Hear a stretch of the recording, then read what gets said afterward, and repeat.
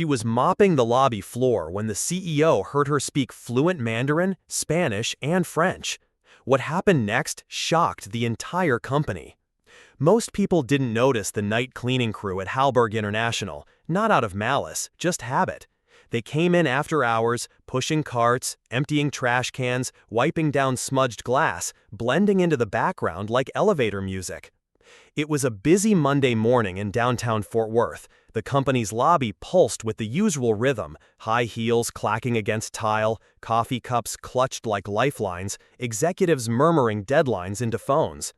Jonathan Kellerman, the CEO, was halfway through his usual walk from the parking garage to the executive suite on the 18th floor when something stopped him cold.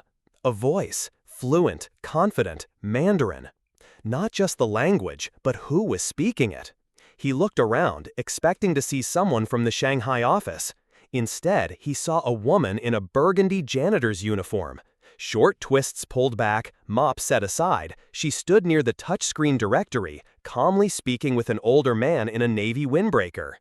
Kellerman squinted. He'd seen her before, in passing, late at night, always polite, always quiet, never made eye contact unless spoken to. And here she was, translating, pointing to the elevator with practiced ease and warmth. Not just fluent, natural. He stepped closer, just in time to hear her seamlessly pivot to Spanish, helping a delivery man who looked lost. "Sí, gracias," the man replied, blinking in surprise. Then, just as fluidly, she turned and addressed another vendor, this time in French.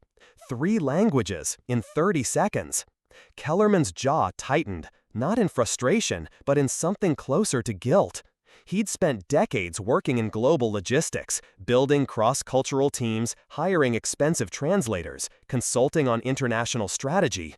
And the most linguistically gifted person he'd encountered all year had been scrubbing baseboards on the 16th floor. He walked over, curious now, less CEO, more human. "Excuse me?" She turned, startled, but composed. "Yes, sir?" "That was Mandarin, right?" "Yes, sir." "You speak it fluently?" She nodded. "Yes, and Spanish, French." He blinked. "Anything else?" "Portuguese, German, Arabic, Italian, Swahili, and I can read Latin, but I don't really count that." "You're telling me you speak 9 languages?" "Yes, sir." There was no arrogance in her tone, no hint of pride, just facts, quiet and true. "What's your name?" "Denise Atwater." "Well, Ms. Atwater," he said, gesturing toward the elevators, "are you free for a few minutes?" She hesitated, not afraid, just wary, the way people get when they're used to being overlooked. Then she nodded. "All right." In the elevator, silence stretched. After a moment, she said quietly, "I've worked here 13 years, never thought I'd be invited up." Kellerman gave a faint smile. You'd be surprised how fast things can change. Neither of them knew just how true that would be. The elevator dinged. The doors opened to the executive floor, all polished wood and citrus-scented air. It smelled like money, if money had a scent. His assistant looked up, wide-eyed. Kellerman said nothing, just nodded for her to let them through. In his glass-walled office, he gestured to a chair. "Please, sit." She sat carefully, hands folded in her lap. Her eyes swept the room, not impressed, just observant. Behind him hung a massive world map dotted with pins. On a side table, a photo of his daughters, a tray of espresso cups, and a dusty award from Brussels. He leaned forward slightly. "Ms. Atwater, I'll be honest, I didn't expect to be having this conversation today." She nodded once, neutral. "But I just heard you speak 3 languages, as easily as flipping switches. And I have to ask, how does someone like you end up here, cleaning floors?" There was a pause. Her gaze drifted to the window. "You sure you want the truth?" she asked. "I wouldn't have asked otherwise." She took a slow breath. "All right then. I was born in Toledo, Ohio, only child. Dad was a pipe fitter, Mom was a nurse's aide. We didn't have much, but they believed in school like it was gospel.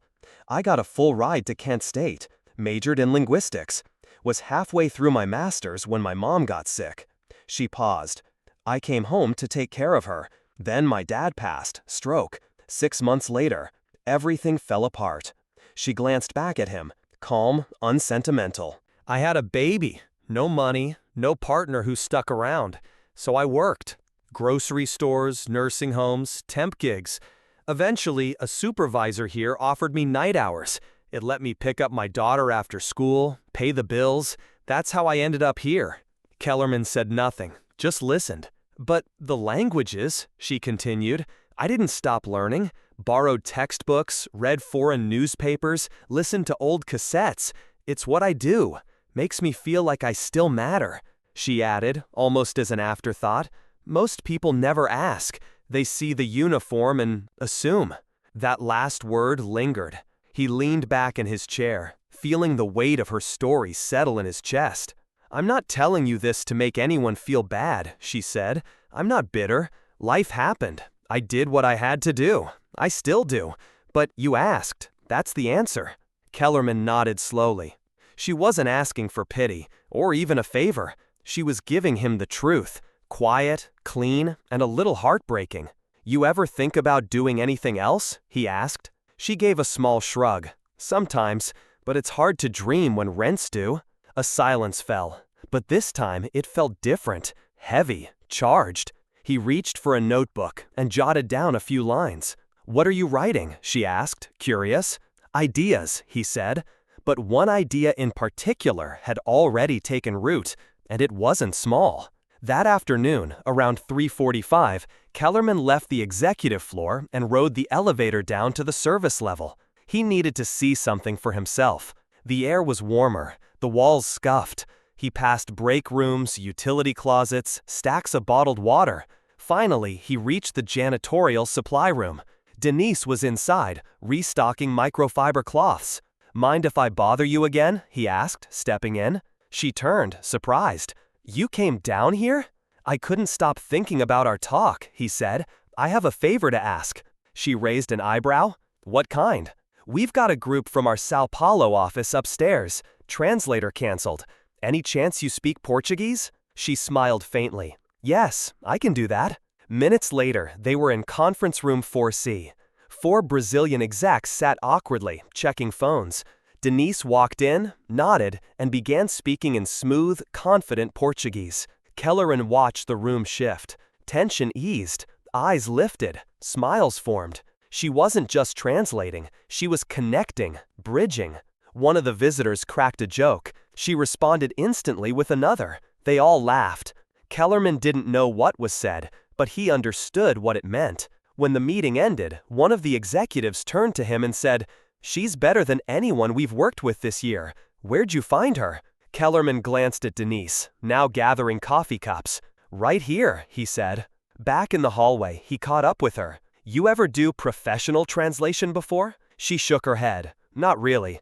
Just helped people out. Hospitals, offices. No certificate, no time for school. My daughter needed me more. And where is she now? 26, a nurse in Tempe. Paid her own way through school. Stubborn, like her mama. They both smiled. For a moment, it wasn't CEO and janitor, just 2 people. Downstairs, Denise clocked back in. She had 2 more floors to mop before shift change, but things had already started to change, and not just for her. For Halberg International, too. She said something that stuck with him. I didn't do anything special today. He looked at her, eyebrows raised. That's not how it looked to me. She gave him a small smile and walked off. That night, Jonathan Kellerman sat in his car for a long while before driving home. He thought about the pressures, scaling the company, investor demands, endless board discussions about diversity and untapped talent. For years, they'd looked outward. Global recruitment, expensive consultants, flashy campaigns. But maybe, just maybe, the gold they'd been searching for was already in their backyard. And once you realize that, the real question becomes, what are you gonna do about it? The next morning, Denise's badge beeped a little too early. She had just finished mopping the east lobby when her supervisor, Ron, tapped her on the shoulder. His face wore a strange look. Not annoyed, just unsure. Hey, Denise? Mr. Kellerman wants to see you again. She blinked.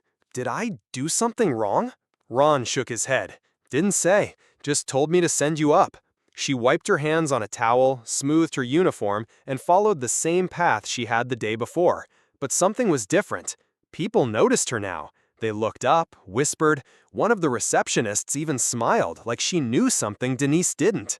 When Denise entered the executive suite, Kellerman stood near the window, sipping coffee, watching the skyline. "Come in," he said, not turning around. She stood by the door until he finally faced her. "I've been thinking," he began, setting his mug down, "about how much talent we waste, how many people never get a shot because nobody looks twice." She said nothing. Denise didn't trust easy praise. "I want to create a new role, one that doesn't exist yet, but should. A cultural liaison for international affairs. Someone who can speak the languages, understand the nuances, navigate all the global interactions we keep fumbling through." Her mouth opened, then closed. "You're more qualified than most of our leadership team. You've already proven it, with grace, patience, and a hell of a lot of intelligence." Her eyes narrowed. "Is this real?" "As real as it gets. I don't have a college degree. You have something better. Experience, grit, fluency in 9 languages. You think I care about a diploma?" She shifted her weight. "Why me?" "Because I watched you solve 3 different problems in 3 different languages, all before 9 a.m. And because I'm tired of walking past people doing twice the work for half the credit." She crossed her arms. "You know what people are going to say." "I don't care." A long pause. "I've never had an office job," she said. "Never had a title." "You'll learn fast. I don't have a wardrobe for this kind of thing. We'll send a clothing stipend." She chuckled dryly. "Thought of everything, huh?" "Tryin'." Another pause. "What about my shift downstairs? Who replaces me?" Kellerman smiled. "We'll find someone, but no one can replace you." She looked down at her hands, then up at him again. "You're sure this isn't some kind of favor?" He shook his head. "This is overdue recognition." Her eyes glistened. She blinked the tears away. "All right then," she said. "Let's see what I can do." He extended a hand. She shook it. It wasn't just a handshake. It was a rewrite. By Wednesday, the news had traveled faster than the elevators. Denise Atwater, the night shift janitor, was now an executive. No one knew the full story. Rumors flew that she spoke a dozen languages, that the CEO had handpicked her, that she was ex-military or undercover CIA. Some were curious. Some whispered, "Good for her." But not everyone clapped. In the staff lounge, 2 marketing assistants leaned close over salads. "I have a master's in international business," one whispered, "been waiting 2 years for a promotion." She was cleaning toilets last week. Her friend shrugged. "Maybe she knows something we don't." "Please, it's Kellerman trying to look woke, checking a box." That quiet resentment leaked into boardrooms and Slack channels. People weren't used to upward moves skipping the usual ladder. Denise felt it the second she stepped into her new office on the 12th floor. It was modest, a desk, a plant, a computer. But to her, it might as well have been another planet. After onboarding, she asked HR if she could keep her old uniform. Not to wear, just to remember. That afternoon, Victor, head of international operations, walked in. Clipboard in hand, eyes tight, he didn't shake hers. Didn't sit. "So, you're the new liaison." "That's what I'm told." "You have experience in corporate environments?" She smiled. "Only from the outside looking in." He didn't laugh. "Here are reports from Italy, contracts from Dubai, and a vendor issue in Sao Paulo. Think you can manage?" She stood. "Give me a few hours." He dropped the folder and left. Later that night, Kellerman stopped by. "How's day 1?" She leaned back. "I've had worse." "Victor give you trouble?" "He doesn't scare me." "Didn't think so." She paused. "Can I ask you something?" "Anything." "Why now? Why me? You could have given me a bonus and kept walking." He leaned against the doorframe. "Because I saw myself in you." She raised an eyebrow. "You were a janitor?" "No, but I was overlooked. My dad fixed cars in a town no one visits. I worked 3 jobs through college. People thought I didn't belong." She nodded slowly. "Now you decide who belongs." "Exactly." She looked down at the file. "I'll be honest, I'm nervous." "Good, means you care." She looked up again. "Some people are going to hate this." They'll get over it, or they won't. We're moving forward either way. He straightened. You have a story, Denise, a real one. Now you have a platform. As the door closed behind him, Denise looked around.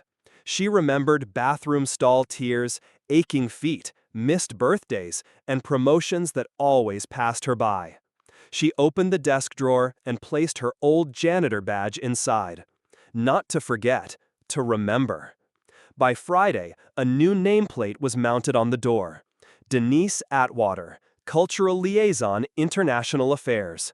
Black letters, brushed steel, permanent. The company-wide email came that morning, from Kellerman himself. It was short, clear, powerful. He explained her role, her experience, and most importantly, her value. Not a feel-good gesture, not a quota. She was the best person for the job. Period. But that didn't stop the murmurs. And Denise? She heard them.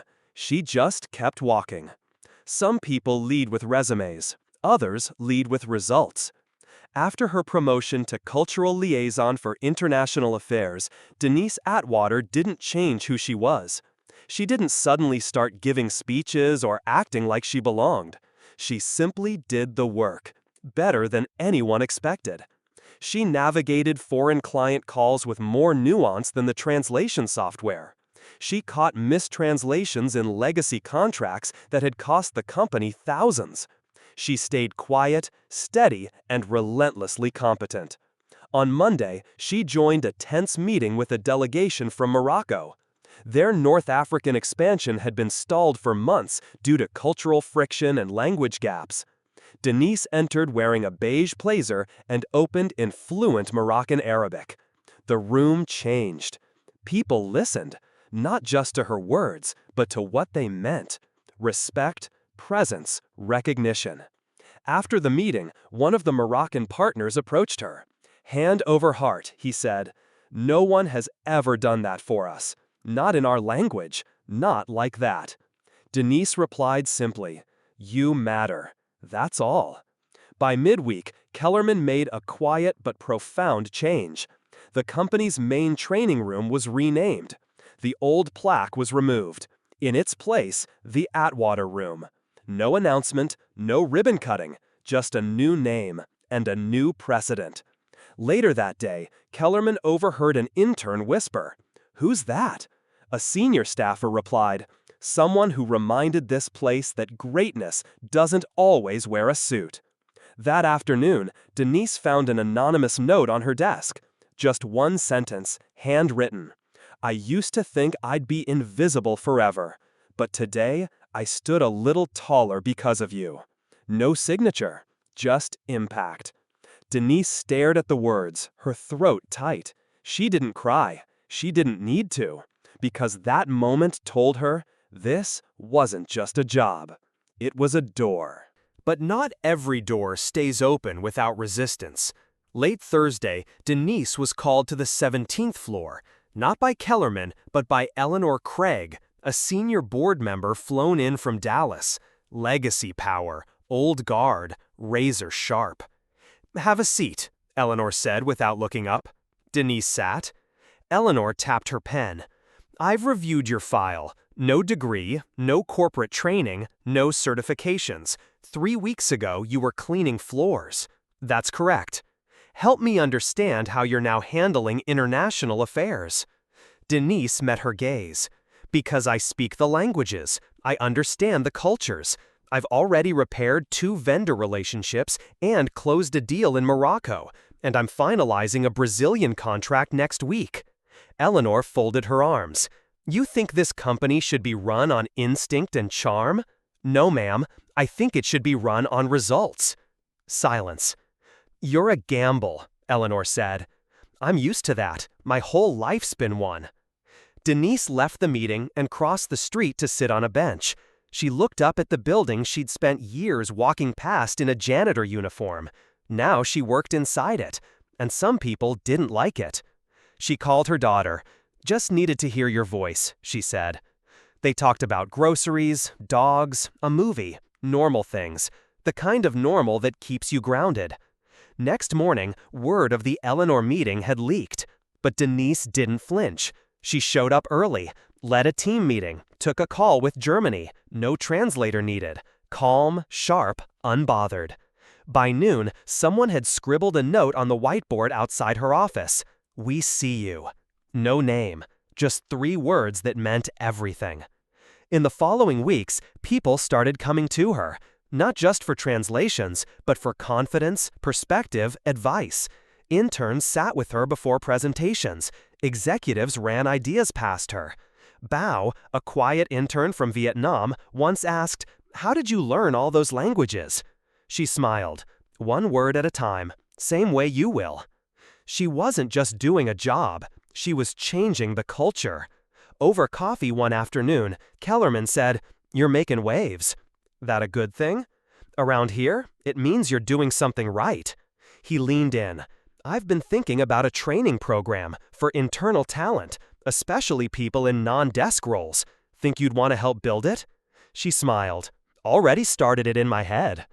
By month's end, they launched Voice Inside, a program for workers across departments to access language training, leadership mentoring, and cross-divisional visibility.